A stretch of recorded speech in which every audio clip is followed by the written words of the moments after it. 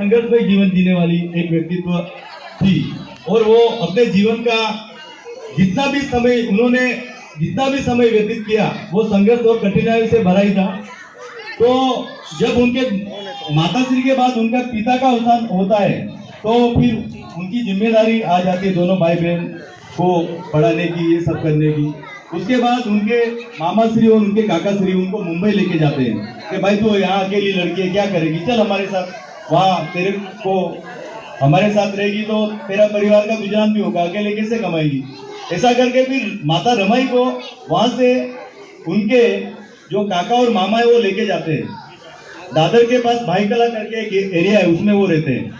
मच्छी का धंधा करते थे, मच्छी बाजार था और माता रमाई उनमें हाथ बटाया करती थी। उसके बाद रामोजी सकपाल जो थे उनको पता चला कि भाई यहाँ एक लड़की रहती है, अपने समाज की है। तो बाबा साहब तब 7वीं कक्षा पास हुए थे और बाबा साहब 7वीं कक्षा में अपने जो अछूत वर्ग है उसमें से सबसे ज्यादा रैंक लाने वाले और उस एरिया के पहले 7वीं फाइनल पास करने वाले स्टूडेंट थे। तो उन्होंने बाबा साहब अम्बेडकर का स्वागत किया।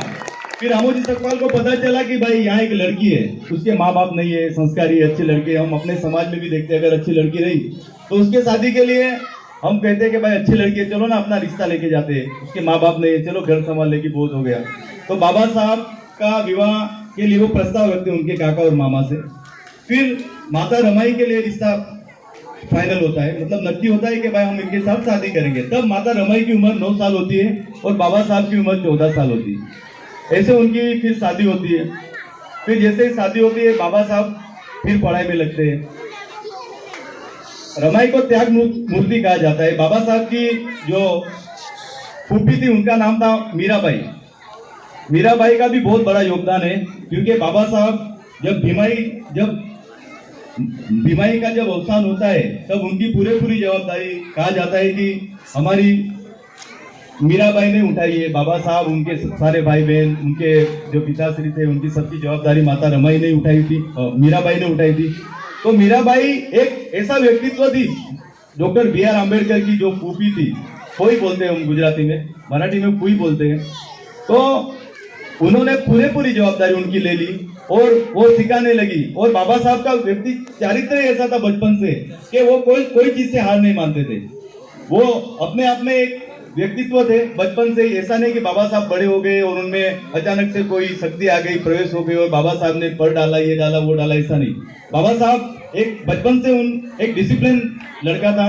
अपना जो भी काम करते थे वो पूरा करते थे। ऐसे करते करते रमाई को बाबा साहब की अच्छाई बुराई ये सब पता चली। फिर बाबा 10वीं पास हुए।